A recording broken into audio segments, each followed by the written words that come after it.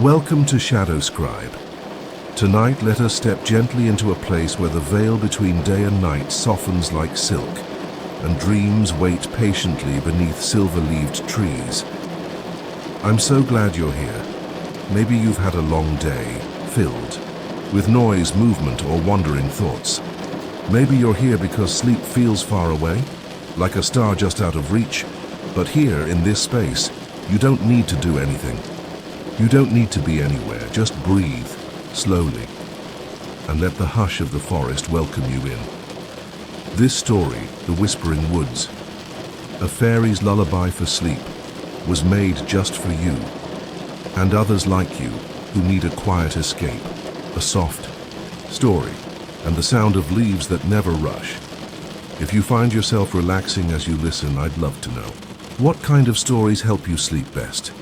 Do you drift off to old myths, quiet adventures, or gentle voices that feel like home? Feel free to share in the comments. Your words help shape the stories I write. And if you'd like to return to this forest again, subscribing ensures you'll always have a path back. Now, as the last golden rays fold themselves behind the hills, I have just one question for you to carry into the dream. What might you find if you allowed yourself to wander just a little farther into the quiet? Chapter 1, The Dimming of Day. The sun had not set all at once, but instead it sighed. Its last breath was a golden hush stretched across the treetops, kissing the tallest branches before curling down into the mossy hollows like honey into warm tea. All around, the whispering woods shifted, not with noise, no, but with presence. As if the trees had just remembered their names, and the stones their stories. The air thickened with a velvet mist, cool and sweet. It smelled of damp earth and the first bloom of night flowers, those quiet little things that never show their petals to the sun. From beneath a curled fern, where dew clung like crystal beads on spun silk, a figure stirred. She was no taller than a sparrow's wing. Lyselle, a forest fairy with wings like glass and gossamer.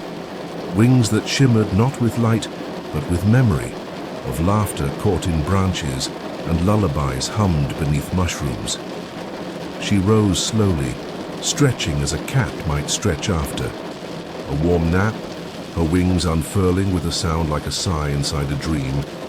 Above her the sky was changing, from soft blue to pale rose, from rose to lavender, and at last to a kind of deep silver that seemed stitched with the first brave stars. Lyselle tilted her head and listened, not with ears, but with her heart, and she heard it. The first note, the first soft rustling of the dream wind. It was time. She gathered her satchel, a tiny pouch woven from clover threads, and tucked inside it were glints of stardust, whisper petals, and little bells that chimed only in silence. Tonight, she would guide another soul. One who had wandered too long in worry, one who needed to remember how to sleep again. The forest knew, it always knew. And so, with a flicker of her wings and a barely there giggle, Lyselle rose into the hush and fluttered toward the gathering twilight. She passed under a great oak who bowed in greeting.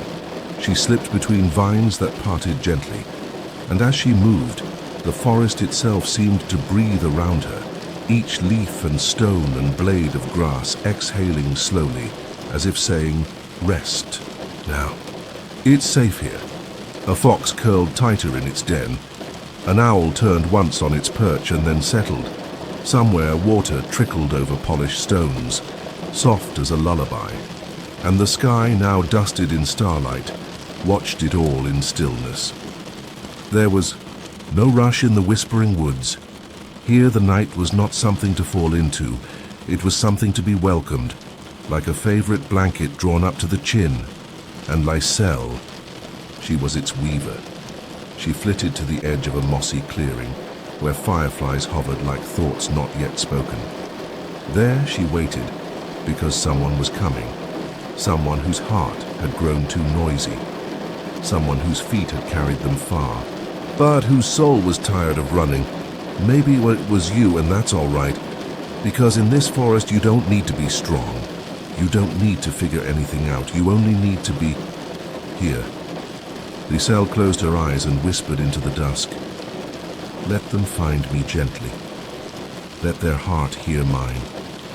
Let this night be soft enough to begin again. And the forest answered. Not in words, but in hushes. A leaf falling, a cricket calling. A breeze just cool enough to carry the scent of dreams. So let your shoulders ease. Let your thoughts trail off like smoke. And walk, slowly, into the mist where the trees lean close and the stars begin to blink awake. There's no need to know. Where the path leads, you're not alone anymore. Lyselle is waiting, and the first chapter has only just begun. Chapter 2. The moss-cobbled path. The moment your foot meets the path, something shifts, not loudly, not suddenly, just a gentle turning of the world, as if the forest has tilted ever so slightly to welcome you. Beneath your step, the ground is soft, not muddy nor cold, but pillowed in thick green moss, like nature's own carpet laid down just for your arrival. It gives a little as you walk, springy and silent, holding you the way hands hold something precious. Above, the trees arch high, tall wise things with bark like folded books and leaves that rustle with old lullabies. They lean toward one another, forming a leafy canopy that curves gently overhead, laced with moonlight and stories.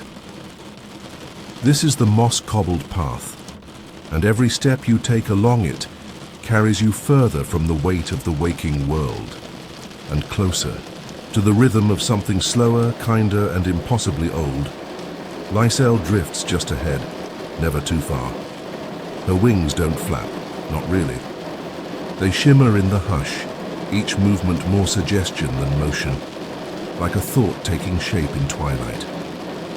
And from her lips, barely audible over the hum of the woods, comes a lullaby. A sound not sung, but breathed. You can't quite catch the words. They shift and curl like mist between branches. But the melody wraps around your thoughts, softening the sharp edges, slowing the restless parts. Every now and then, she turns her head and smiles. Not the kind of smile that asks anything from you, just one that says, "You're doing just fine." The path ahead glows faintly, as if it remembers the moonlight even when clouds pass overhead. To your left, a pond rests in stillness, its surface smooth as glass, unbroken, untouched, and floating upon it. Lilies, big, broad blossoms with petals so pale they seem carved from starlight. They don't bob or sway. They just are, quiet witnesses to your passing. A frog croons low from somewhere in the reeds, and a fish flicks just beneath the surface, sending out ripples that reach no shore. Above, the branches knit together like fingers intertwined. Some are so high they scrape the edge of the sky.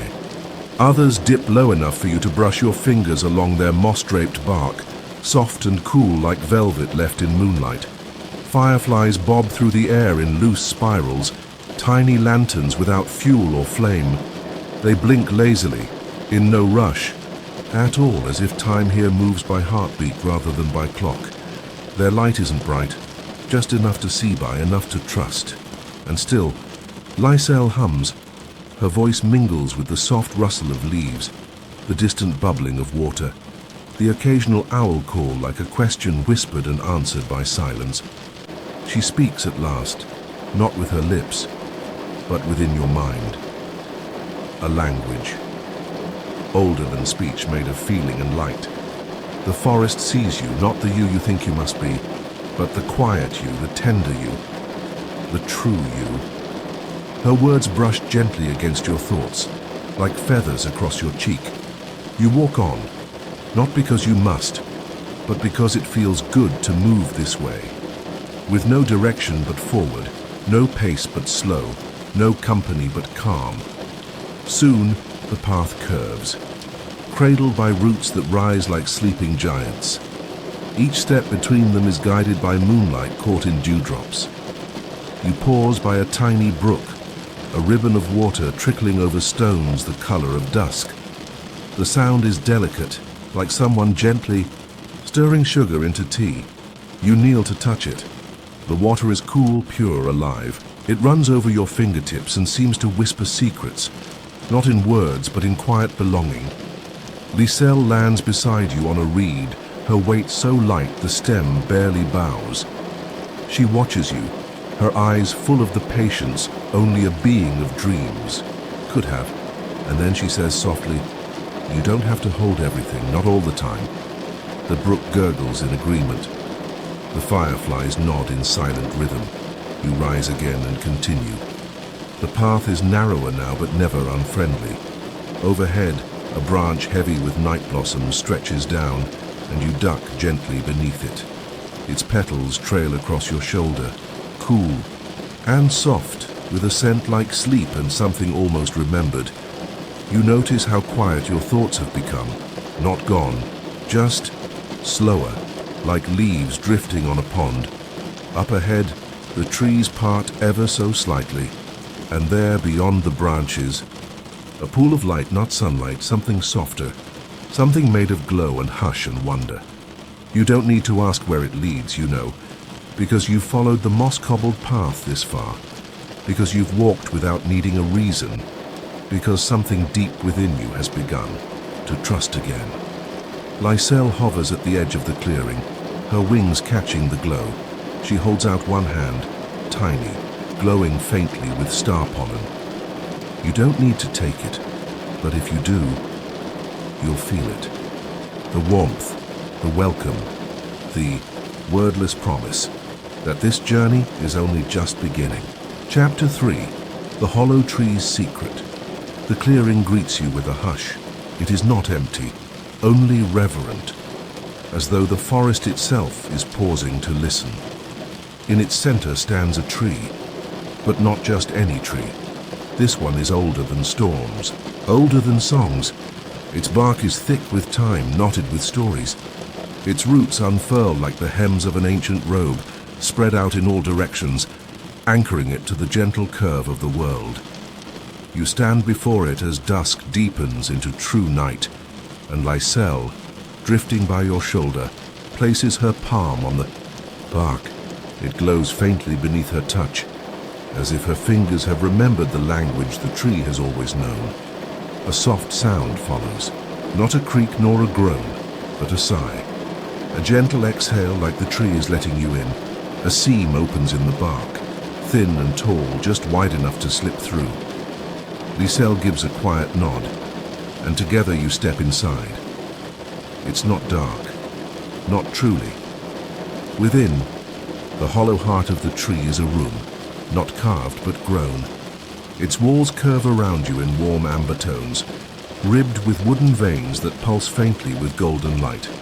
There is no ceiling, only a tall shaft that stretches up into the unknowable, where the stars above peek through tiny holes like curious eyes, and all around, floating gently in the air, are tiny lights, seedlights, each one a glowing sphere, no larger than a pebble, suspended in the hush like candle flame caught in a dream. They drift slowly from root to branch, some twirling, some still, each with its own quiet rhythm. Their glow is soft, peach gold, moon silver, deep lake blue. I feel it in your chest before you understand it, that these are not lights, they are dreams stored here, protected, waiting. Lyselle hovers beside one, cradling it in her hands like a dewdrop. She speaks, and this time her voice is clearer, though still gentle enough to keep sleep from stirring. Each dream is born from longing, from hope left unanswered, or wonder left waiting, and some from the kindness we forget to give ourselves. She opens her fingers slightly, and the seed light pulses, once like a heartbeat. This one belongs to a baker who sings to their bread. This one to a child who keeps their stars in a jar. And this, she floats to another, its light the soft purple of twilight. This one was the first. You walk with her to the center of the chamber, where a pedestal of gnarled wood rises from the floor like the curl of a sleeping hand. Resting atop it is the oldest seedlight. It doesn't shine brightly. Its glow is modest, dim as memory, but it hums, and the air around it is warmer, as if it remembers laughter.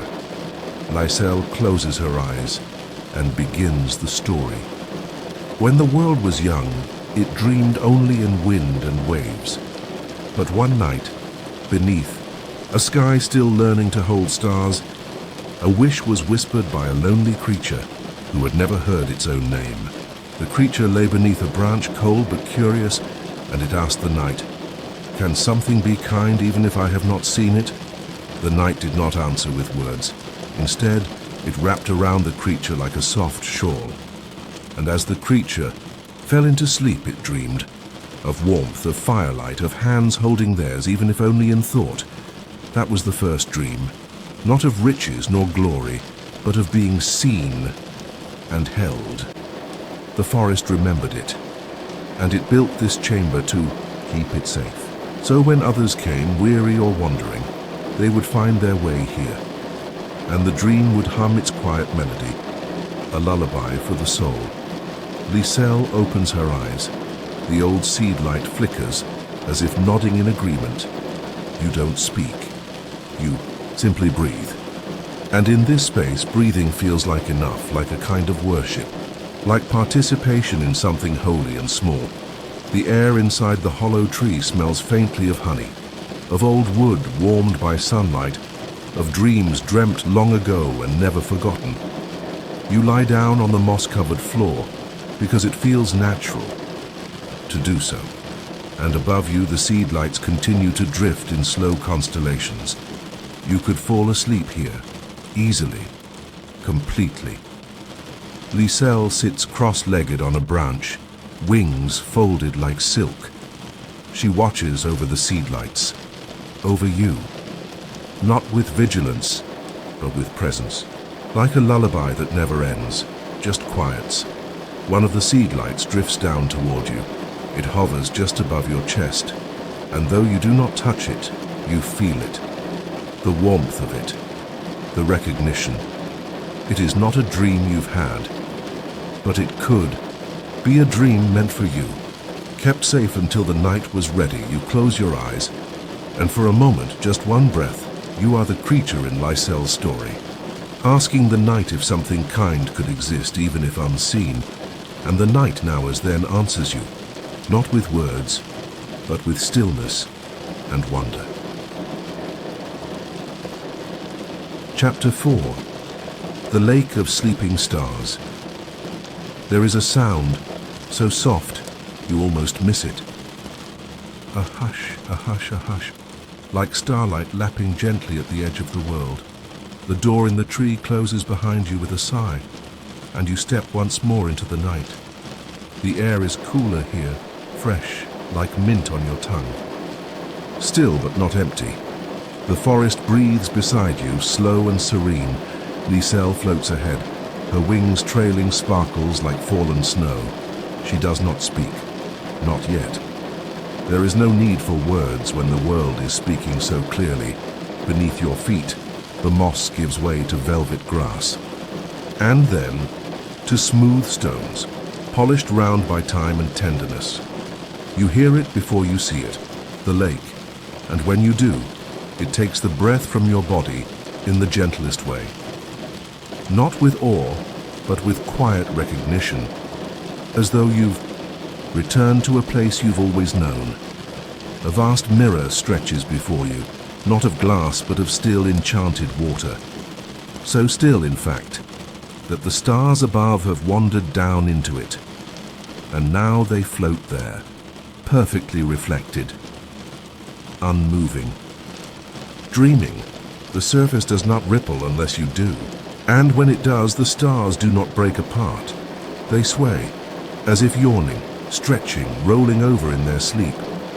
You kneel at the edge of the lake. The grass here is soft and dewy beneath your fingers, cool, alive. You dip one hand into the water.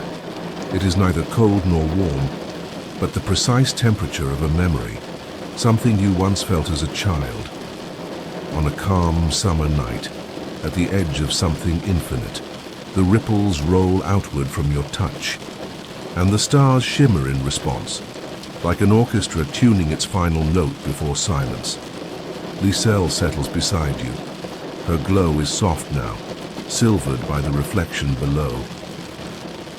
"This lake," she says, "is where the stars come to rest when they tire of shining." She points with a slender finger and you follow her gaze. Beneath the surface, not far, just out of reach, tiny shapes drift slowly between the lights. Fish, shaped like wishes, gliding without hurry, each one glowing gently as if lit from within.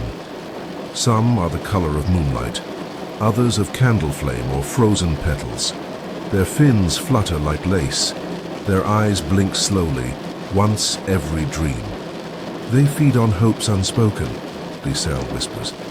"The small ones, the secret ones, the ones you tuck beneath your pillow but never say aloud. You watch them pass beneath you, their trails forming constellations that do not exist in the sky above. Only here, only now, a slow, soft flutter breaks the silence. Wings, but not fairy wings. These are larger, broader, feathered and silvered with frost.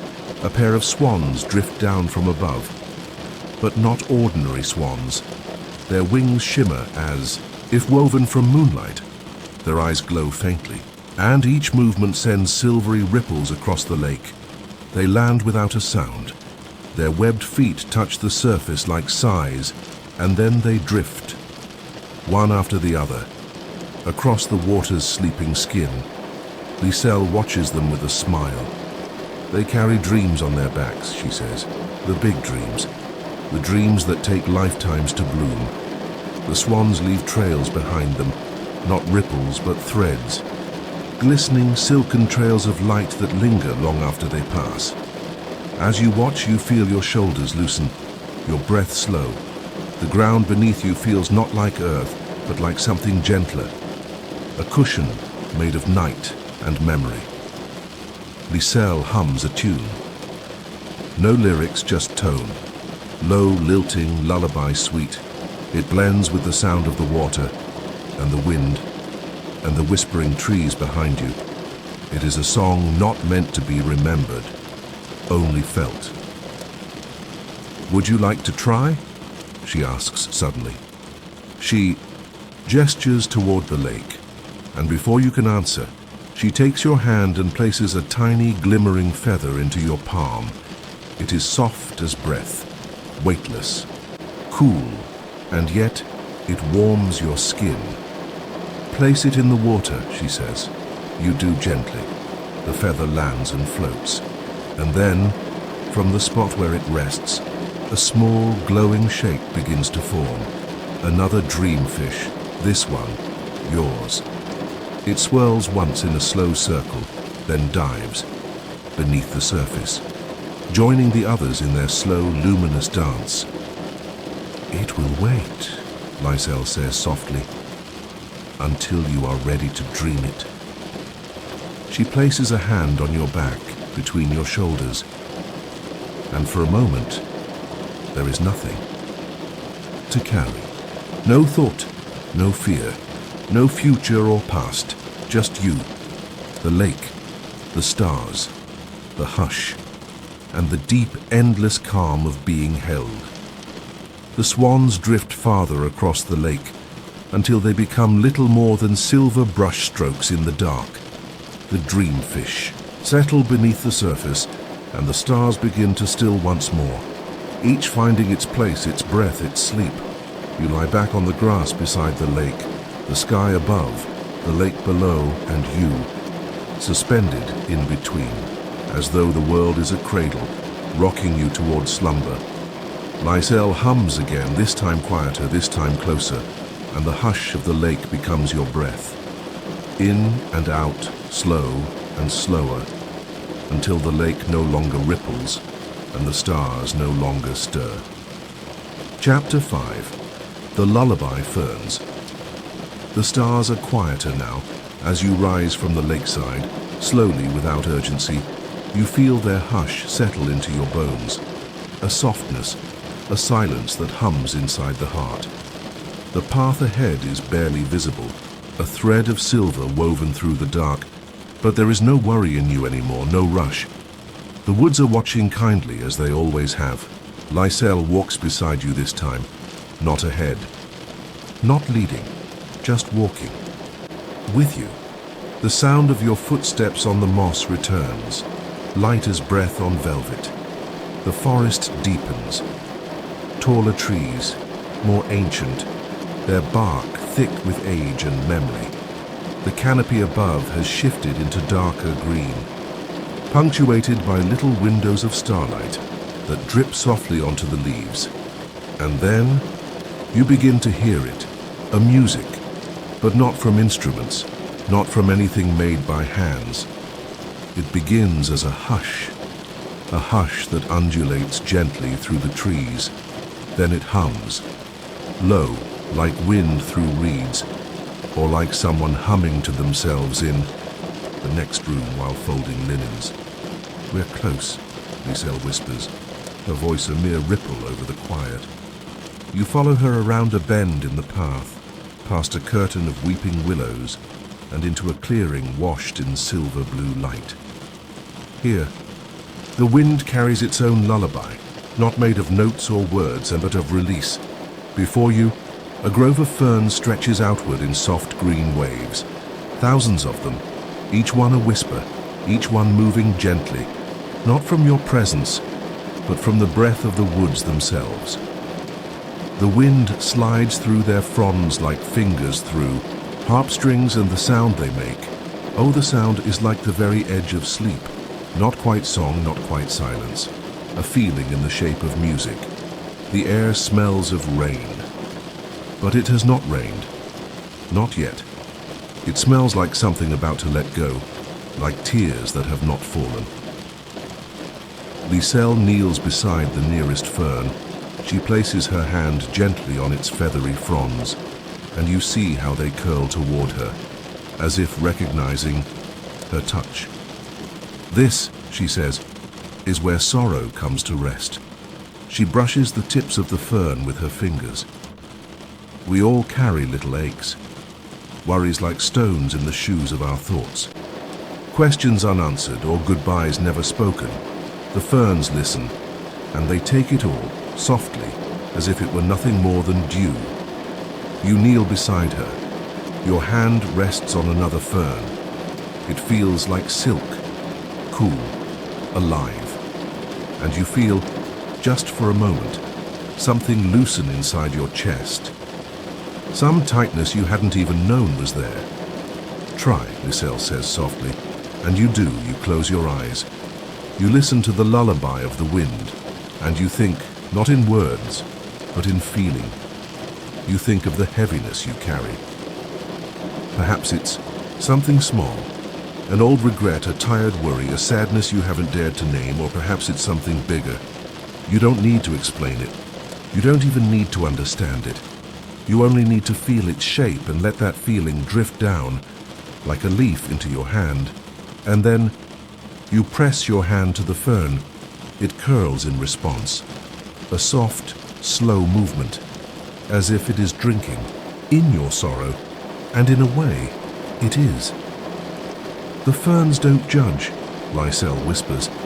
"They simply turn sadness into something gentle, into something the dawn can carry away." You open your eyes. All around you, the grove is stirring. The lullaby has deepened, thickened. It fills your ears the way warm water fills a quiet bath. You look down and you see, on the tips of the fern you touched, tiny drops of moisture forming. Not tears, but morning dew born in the middle of the night. You feel lighter, not empty but unburdened. The weight is gone, but the shape it left behind is filled with something softer. Lyselle smiles at you, and in her eyes, you see something unexpected, not just magic. but understanding. She has placed her own sorrows here too. She has known the weight of unspoken grief, and she has chosen to share this place with you. You move through the grove, pausing at one fern, then another, each one singing, each one listening. You don't need to speak aloud. You don't even need to know what it is you're releasing. You only need to place your hand, and the forest does the rest. Time moves differently here. Not slower, not faster, just gently. The stars above remain. The breeze continues its lullaby, and the dew gathers on the ferns like pearls. Each one a piece of sorrow, not erased, but transformed, honored, and then let go. You find a place to sit near the heart of the grove. The ferns encircle you, not like a wall, but like an embrace. The lullaby continues, low and steady. Lyselle sits beside you. She doesn't speak again. She hums, so quietly that the hum melts into the music of the wind. And together, you rest. Not because you are tired, but because the grove is holding you. Because here, even sadness is soft. Even grief is allowed to breathe. And everything is forgiven. Chapter 6, The Fox in the Fog. You awaken gently, though you were never truly asleep. Your eyes open, not with urgency, but with the ease of petals unfurling to moonlight. The grove of lullaby ferns lies behind you now, its lullabies trailing off like distant waves. Ahead, the path has faded into something quieter. Fog. A pale silver mist that curls low over the forest floor and rises in slow tendrils through the branches. It doesn't hide the forest, not entirely, but it softens it, blurs the lines, smooths the shapes. Everything looks painted in watercolors now, as if the trees have been dreaming of themselves. You take a step forward. The moss beneath your feet is still cool, still soft, still welcoming. The mist wraps around your ankles, a silken ribbon, cool and curious, and then, just ahead, a flicker. Not of light, not of shadow, but of presence. You pause. There, just beyond a twisted birch tree, is a fox, or the idea of one. Its body is not made of fur and bone, but of morning fog, thick and pale, glowing faintly in the half-light. Its eyes are darker than the mist around it, gleaming with something ancient and knowing, not threatening, not startled, just amused. The fox tilts its head at you as though deciding what sort of traveler you are. Then, without a sound, it turns and walks away. You follow. Of course you do. Not because you must, not because it asks, but because something inside you, some soft thread of curiosity, pulls gently toward it. The forest around you fades further, not into darkness, but into gentleness. Each step feels quieter than the last, like walking through the memory of a snowfall. The fog grows thicker, but not heavy. It swirls around your knees like affectionate cats, brushing past, never lingering. And ahead, always just out of reach, is the fox. Sometimes a flick of a tail, sometimes a faint shape between trees, sometimes nothing at all. And yet you know it's there. You feel it in your chest, that quiet pull. It's how the fox plays, Lyselle's voice says softly beside you, though you hadn't noticed her return. It doesn't run to flee, it runs to invite. You smile and you keep walking. There are no sharp turns, no sudden movements, only drifting, like being led by a thought that hasn't formed into words yet. The forest hums softly, not a melody, but a feeling, as if everything around you is exhaling. Occasionally the mist parts just enough for you to glimpse little things, always spider's web woven with dew, a branch that bends low to the earth as if listening, a circle of stones arranged like an old memory no one remembers setting down, and the fox again. Sitting now, watching. You pause. It stares at you for a long moment, its fog body pulsing slightly in the breeze. Then, with a twitch of its ear, It turns and trots off once more, not fast, not urgent, just enough to keep you dreaming.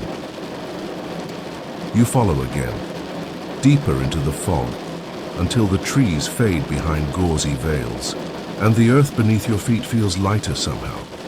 Your mind begins to wander, not with worry, but with wonder. You think of the fox's eyes, of the way it never looks lost, of how it never needs to speak to be understood. You begin to realize this is a kind of conversation, a silent one where the speaking is done with glances, with pauses, with the rhythm of movement. The fog thickens slightly, shapes begin to twist and shift in your periphery, but not in a frightening way, more like clouds seen from a hilltop, changing as you watch, melting from one form into the next.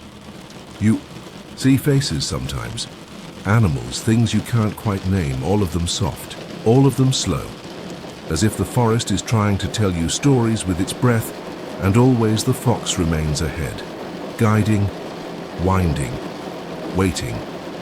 You begin to understand something. This isn't about the destination. It never was. This is a lesson in wonder, in gentle pursuit, in following something simply because it stirs something quiet and curious inside you. Finally, the mist begins to thin. A little. Light breaks through, filtered silver like morning seen through sheer curtains. The trees stretch taller here, and the air smells of cedar and rain-kissed bark. The fox has stopped. It stands near a flat stone, half covered in lichen, its paws barely touching the ground. It looks back at you, and this time you stop too. The two of you stand together in the clearing breath of fog.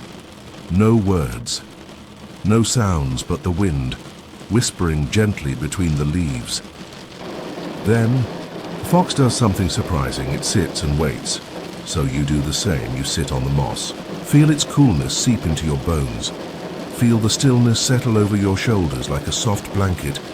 And together, you and the mist-born fox simply are, for as long as it takes.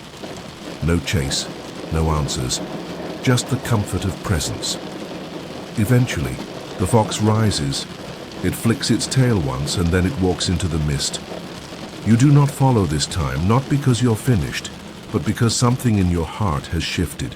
You no longer need to know where the path leads. You only need to walk. Dare it and trust what walks with you. Chapter 7. The Lantern Bridge. Theme. Safe passage, trust, and light in the dark.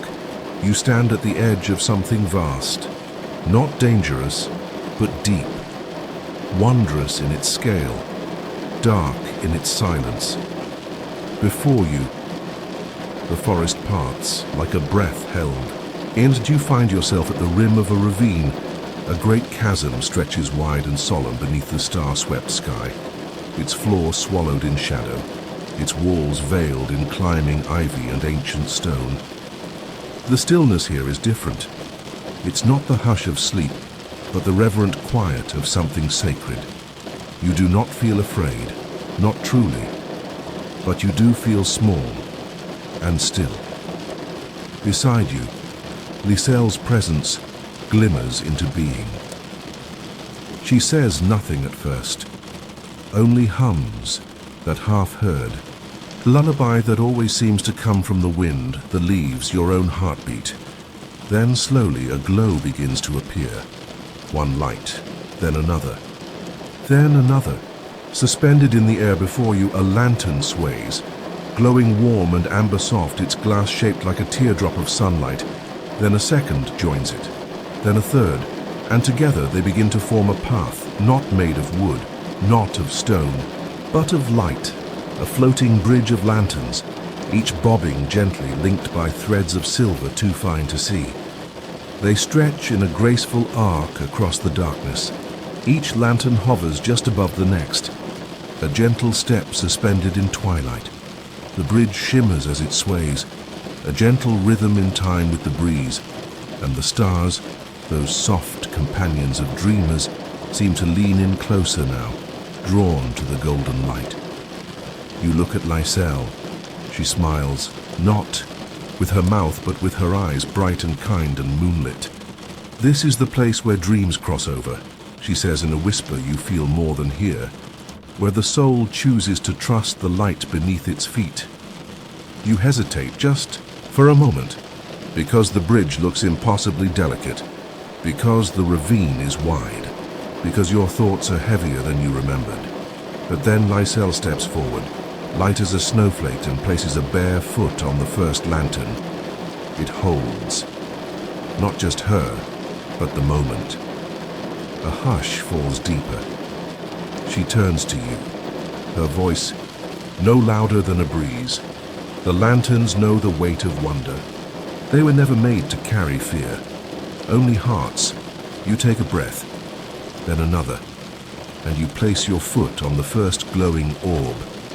It doesn't wobble, it doesn't waver. It welcomes, soft and warm beneath your soul, like stepping onto a cradle of golden air. Then the next, then the next. Each lantern lights a little brighter as you pass, as if encouraged by your presence. The ravine below stretches vast and deep, but it no longer feels empty.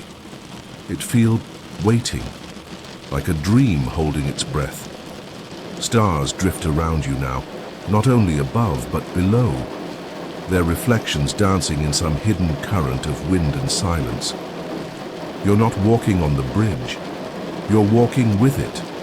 The lanterns seem to hum quietly as you pass, a lullaby in another language, the sound of safe passage, of being carried not just across but within. Lyselle walks beside you, or perhaps she floats. She doesn't guide. She doesn't lead. She simply walks with you. "Some bridges," she says softly, "only appear when you've chosen to cross. They wait, not for strength, but for trust." You nod, though you're not sure if it's in answer to her or to yourself. The center of the bridge is the highest point. Here the ravine opens wide and starlit beneath you. There is no sound but the hush of night, and the sigh of distant winds moving gently through the world. The sky above mirrors the void below. You are surrounded by stars, and yet you feel held, cradled between two eternities, buoyed not by certainty, but by the gentle decision to step forward anyway. The lanterns begin to shift color as you walk, from amber to soft rose to lavender blue to a pale silver that feels like moonlight through lace curtains. It's not the lanterns changing, it's you. The further you walk, the lighter you feel, not weightless but less burdened. The things you carried, worry, fear, hesitation, begin to trail behind like wisps of fog, dissolving into the star-soaked dark. You realize something quietly profound. This is not just a bridge between two cliffs. It is a bridge between two moments in you, a crossing from holding on to letting go. And with each step, you are held. You are safe. The far edge draws near.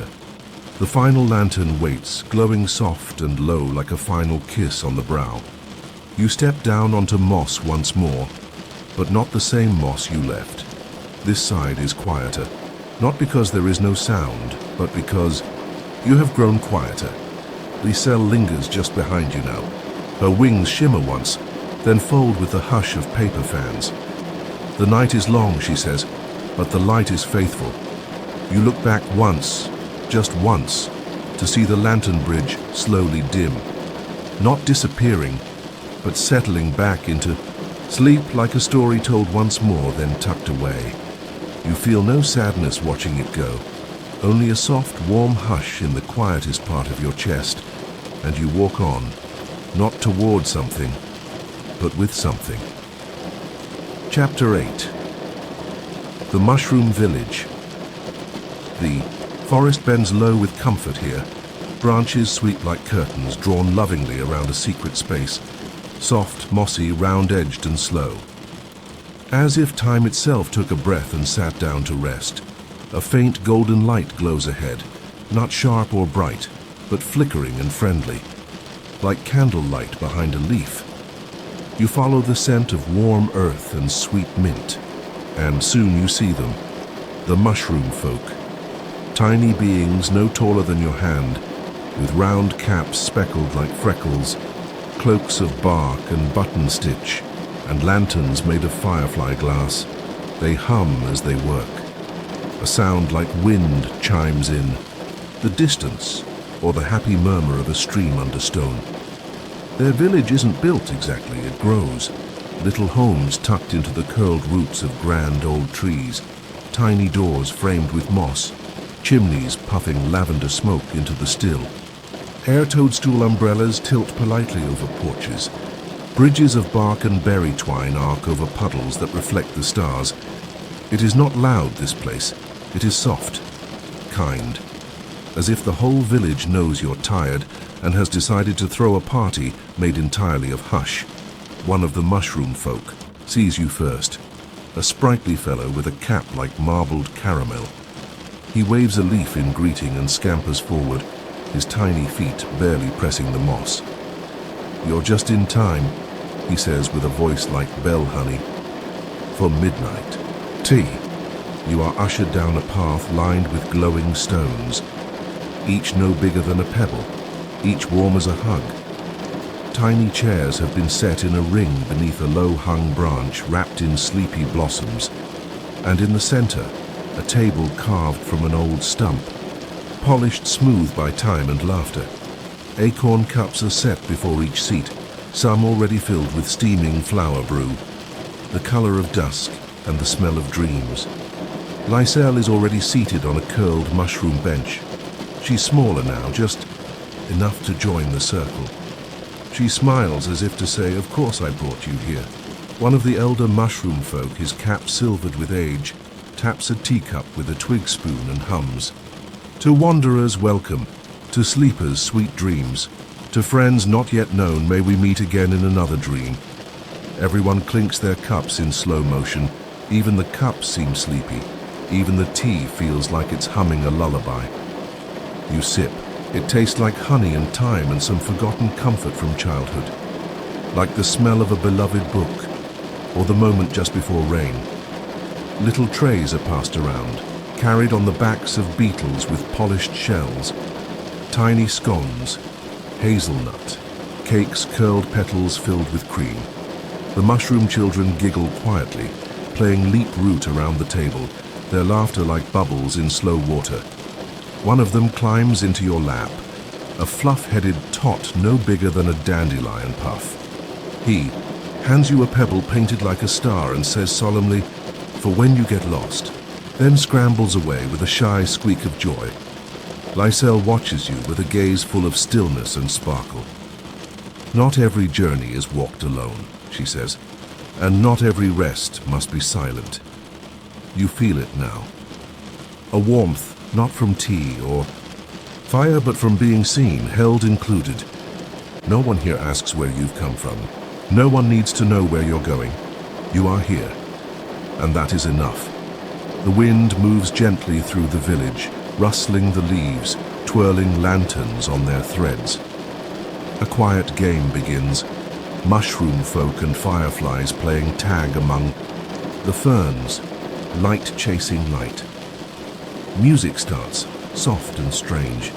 A fiddle made from snail shell and spider silk. A drum no louder than a heartbeat. Flute notes that drift like pollen in the air. You don't know when you started swaying to the sound. You don't remember when your eyelids began to droop, but you are not tired in the weary way. You are tired in the safe way. The kind of tired that lets you relax completely because you are where you belong. A little blanket, woven of thistledown, and feather thread is draped across your shoulders by gentle hands. Another acorn cup is filled, not to drink, just to hold, because sometimes it's nice to hold something warm while the world softens around you. The music slows, like a dance remembered in dreams, and you settle deeper. A tiny hand pats yours. A little voice says, "Come back. Sometime, dreamer.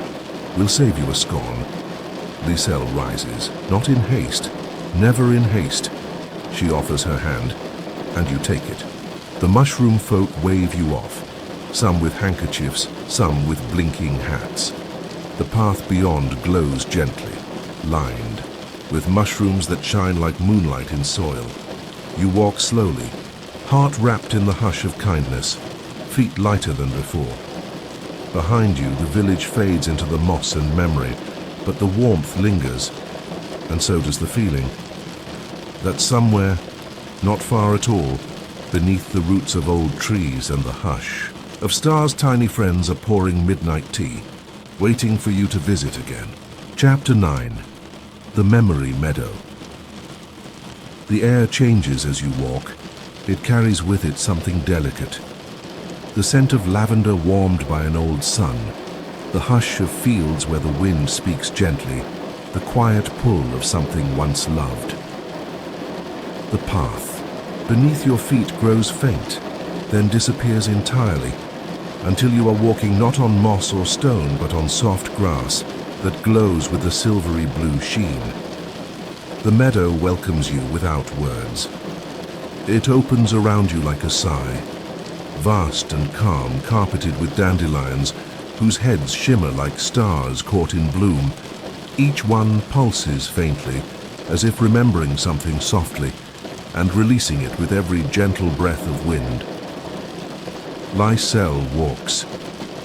Beside you now, not ahead, not behind, just there, a presence more felt than seen, her wings catching the moonlight in silent sparks. This is the place where dreams remember, she says, and where memories don't cling, but drift. You pause.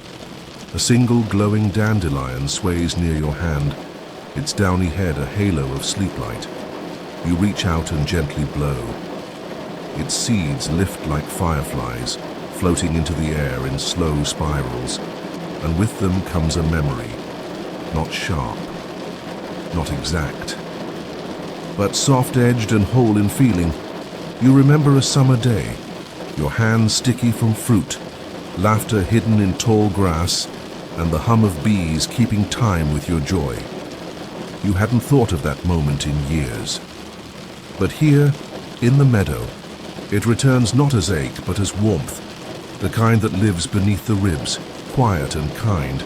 The dandelions continue to glow. Some rise of their own accord, spilling little trails of starlit fluff into the sky, each one whispering an old smile or a long-lost comfort into the hush. Lyselle crouches near a cluster of them, cupping her hands around a particularly bright one. She breathes it in like one might breathe the scent of a beloved book or the air before rain. Memories are feathers, she murmurs, not anchors. They were never meant to weigh us down. You sit in the grass. It welcomes you, bending beneath your body with a softness like sleep. The earth here is cool and grounding, a quiet pulse. Beneath your palms, above the stars watch gently, their reflections caught in the domes of the glowing blooms. You let your eyes drift shut, not in fatigue, but in ease, and the memories come again, one by one. Not loud, not in a rush, just arriving. A quiet morning when everything smelled like pancakes and promise. A hand you once held.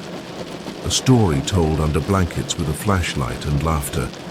A window open on a spring night. Rain ticking gently on glass. The moment you first felt safe. All of them rise like breath, drifting upward on dandelion seeds, returning not to hold you but to wave gently as they go. There is no hurry here, no pressure to feel more than you do.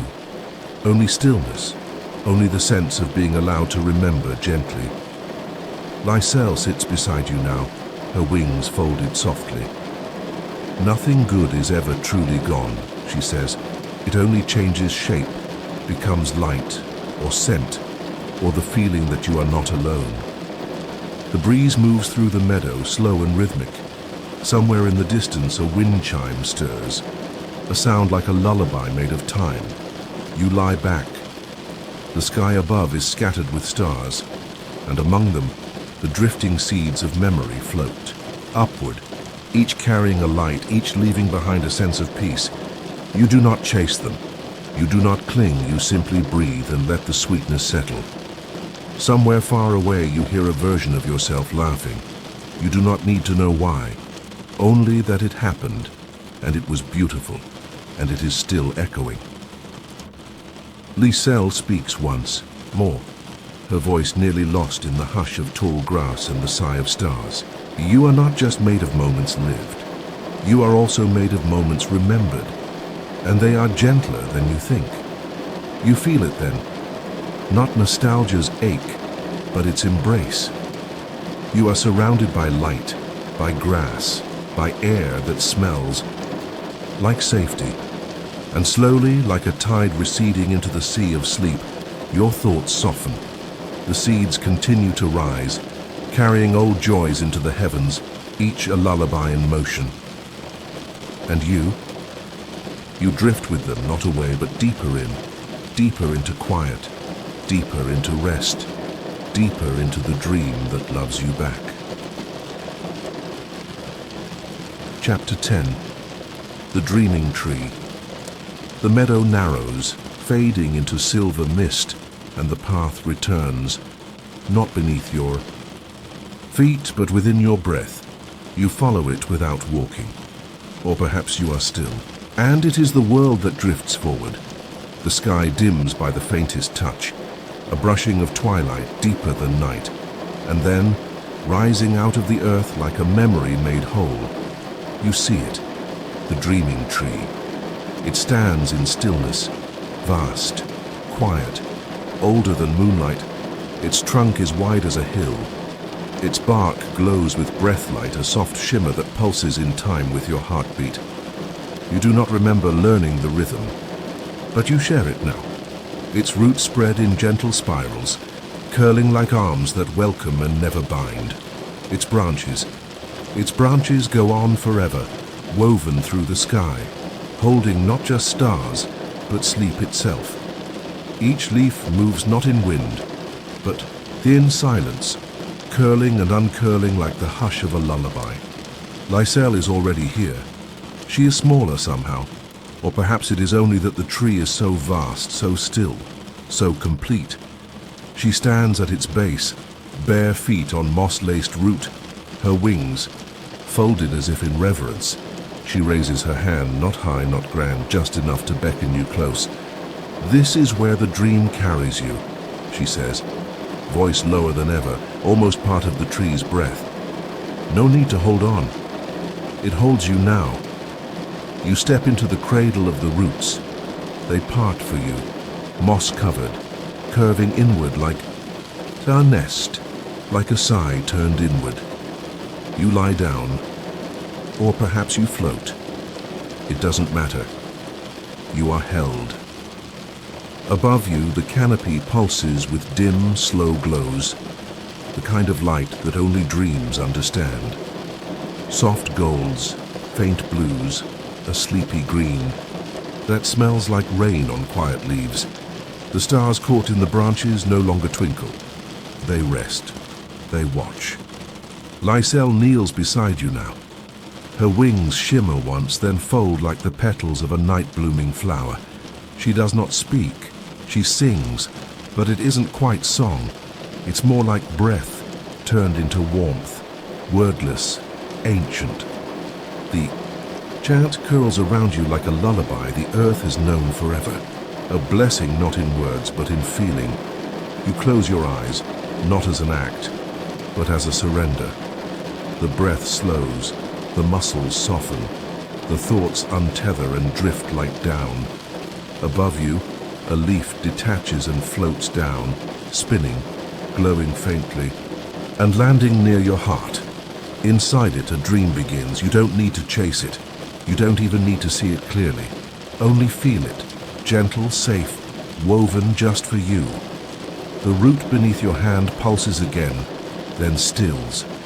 It has given all it needed to.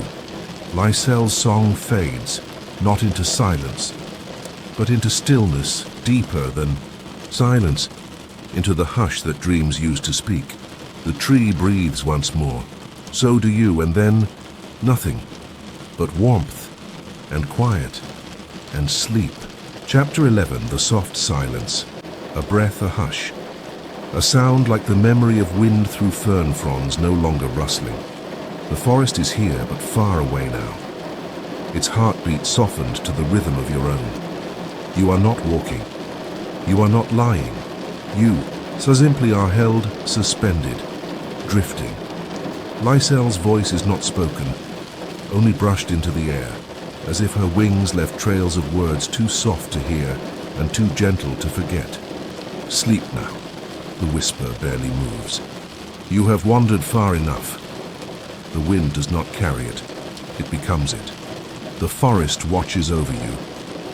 No echo, just warmth. A faint owl calls, then fades. The trees no longer. Suesaka, they dream. You dream with them. There is no path, no need, just the presence of peace, a lull, a lapse, a long, lovely looseness of everything. Thoughts fade like fog at sunrise. Time stretches until it no longer needs a name. Soft rain begins, or is it just memory? Or the breathing of leaves? No need to know, no need to think, only this. Shh, Lyselle murmurs. Not to hush you, but to hush the world, to lay it. Down beside you in the moss and the quiet that cradles all dreaming, silence deepens, not empty, but full of stars, of roots, of memories too gentle to speak aloud. The story no longer continues, it simply rests, and so do you. And now, dear dreamer, the forest grows still. Lyselle has curled beneath a petal-soft leaf, her wings tucked gently in, her lullaby faded into the hush between heartbeats. You are no longer wandering. You are where you need to be, safe, held, home. Thank you for walking this quiet path with us tonight, for trusting your mind to the hush of trees and the hush of dreams. If this story helped ease your thoughts, if it brought even a flicker of peace, we would be honored to know. Leave a comment when you wake about what stories help you drift off to sleep. Let us know if you'd like more journeys like this one, through woods and stars and stillness. And if you haven't yet, gently tap subscribe to join us for future bedtime stories spun from moss, moonlight, and magic. You are not alone. Not in the dark. Not in the quiet. There is always a path here waiting just beyond the world's noise, and whenever you need rest, we'll be here, whispering. Until then, sleep well, sleep deep, sleep soft. Good night.